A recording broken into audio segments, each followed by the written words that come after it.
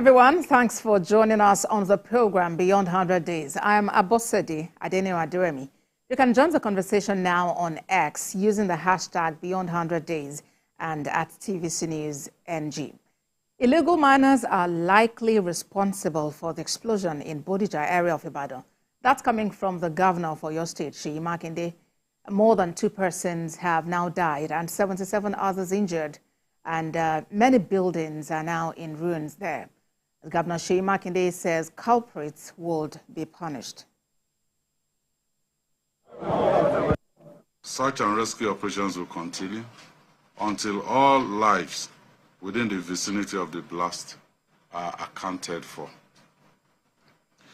We are aware that aside from the immediate perimeter of the incident, people as far as 25 kilometers away may have been affected physically or psychologically. We have therefore put the Emergency Operations Center, which is being headed by Professor Temitope Alonge, to coordinate all search and rescue efforts. I would like to appeal to our people to remain calm as we do everything possible to provide succor to everyone concerned. Also, let me use this opportunity to appeal to anyone still staying in any of the houses within 250 meters of Ground Zero to move out to government-provided accommodation until we check the structural integrity of the buildings in this area.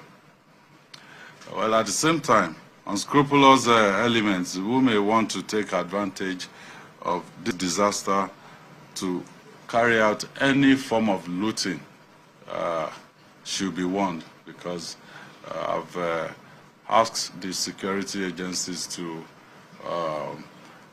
deal decisively with anyone trying to loot. So they've been placed on high alert to ensure that there is no breakdown of law and order. The further update we can provide at this time is that we have information regarding the company that was using that residence to store explosives. Rest assured that all that were involved directly and indirectly in bringing this tragedy upon us will be brought to book. Some resident of Adeyi Avenue who spoke with TVC News earlier today alleged some tenants who are illegal miners indeed stored explosives in a house. They said though they were arrested twice by the police, they never desisted from the illegal activity. Among the people that are resident here, they are tenants. So they are the one that is illegal miner and they are storing the explosive illegally. And some of the residents at their own section, they are aware, but they did not tell the police. Some said the police have arrested them twice, which they did not desist from doing that. On the side of the Chief Medical Director of the University College Hospital, Ibadan, Professor Jesse Otegbayo, confirmed 11 persons are in the hospital receiving treatment, while 1 person is in the intensive care unit. We have 13 patients on admission, and 1 just moved to the intensive care unit, a child. The degree of injury starts from things as minor lacerations, that's tearing of the skin, to fractures of the lower limbs, and also some patients, at least 2, had a chest injury. One has a blunt chest injury, another one had a rupture of the lungs that led to air entering the wrong place in the chest.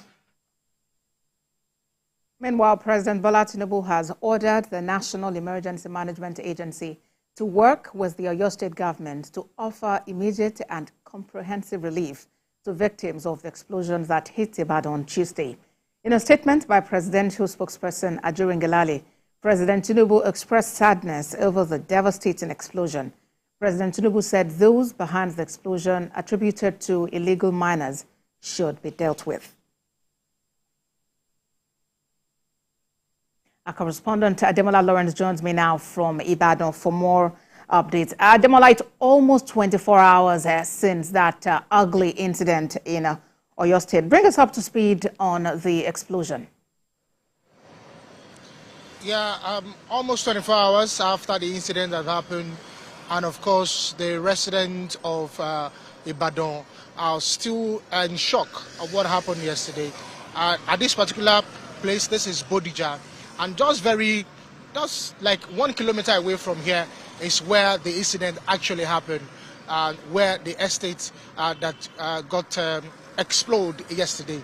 And one of the things that one need to bear in mind is the fact that the residents of that particular estate said that they've been noticing one thing or the other coming into the estate, but the challenge is that challenging to that complaint to the right appropriate authority becomes a problem. And if you look at what the governor said today, when you see something, say something. That is his mantra after this incident happened yesterday, and he has been hammering on that.